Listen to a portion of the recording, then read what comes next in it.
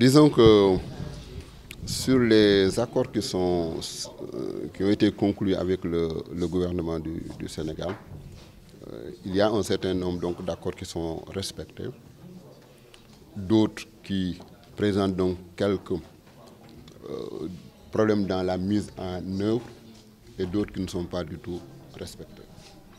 Alors, il faut juste faire un bref rappel donc, quand même, de la situation en disant que entre 2011 et 2015, quand même, les universités sénégalaises ont connu beaucoup de turbulences qui sont liées à des préavis de grève déposés par les enseignants.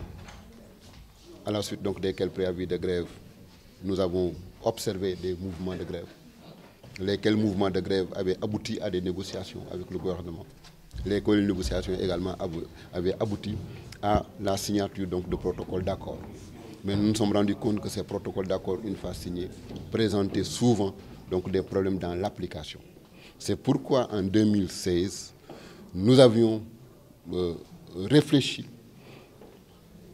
au niveau donc, du SAES pour quand même présenter ou proposer au gouvernement une plateforme minimale qui, satisfaite, nous permettrait d'avoir une certaine stabilité dans le sous-secteur de l'enseignement supérieur. Il y a la question disons de la réforme des titres. Cette réforme des titres, elle est appliquée, mais avec quand même deux cohortes. Et je voudrais vraiment que ça soit bien relayé, parce que quand même, quelquefois, souvent, les gens ne comprennent pas quand nous parlons d'enseignants rétrogradés. Parce que dans la réforme des titres, il y a la catégorie des professeurs de classe exceptionnelle. C'est-à-dire que l'université est graduée et hiérarchisée des assistants stagiaires aux professeurs de classe exceptionnelle. Ils ne sont pas plus de 50 au Sénégal. Ils ne font pas 50 personnes au Sénégal. Ces professeurs, on leur applique un indice qu'on appelle l'indice 1068. Mais cet indice, en réalité, n'a pas son corollaire. C'est-à-dire qu'il y a un indice grade et un indice traitement. Donc l'indice 1068 constitue un indice grade. Mais l'indice traitement n'existe pas au Sénégal. Ce qui fait qu'aujourd'hui, vous avez beaucoup de collègues, ces collègues-là, la majeure partie de ces collègues-là, qui sont professeurs de classe exceptionnelle, troisième échelon, le dernier palier, partent à la retraite en étant rétrogradés. Ça, il n'y a pas une pire injustice dans le monde du travail que ça. Nous avons des problèmes de budget. En fait, en réalité, c'est quoi? C'est que nous, au niveau de ça, ce que nous avions proposé pour permettre donc aux universités de fonctionner normalement, c'était d'évaluer le coût, disons le budget, à partir du coût unitaire d'un étudiant. Ça veut dire quoi? Ça veut dire que quand vous prenez un étudiant, vous dites que cet étudiant-là, voilà combien il coûte à l'université.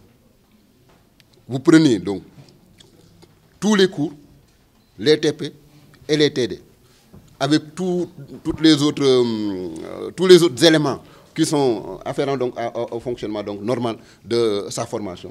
Vous l'évaluez et vous le multipliez par le nombre d'étudiants que vous avez au niveau de chaque université. Ça vous permet donc d'avoir à peu près le coût réel de la formation des étudiants.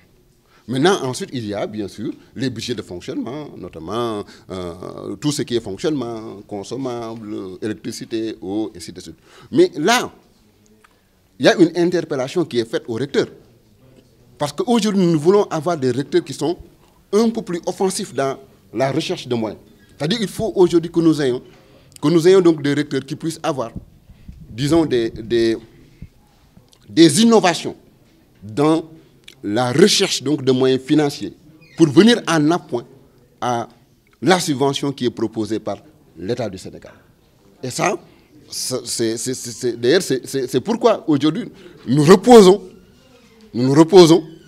le problème de l'élection des recteurs pour nous permettre d'avoir des recteurs qui ont un cahier de charge, qui viennent avec un programme et qui ont un cahier de charge.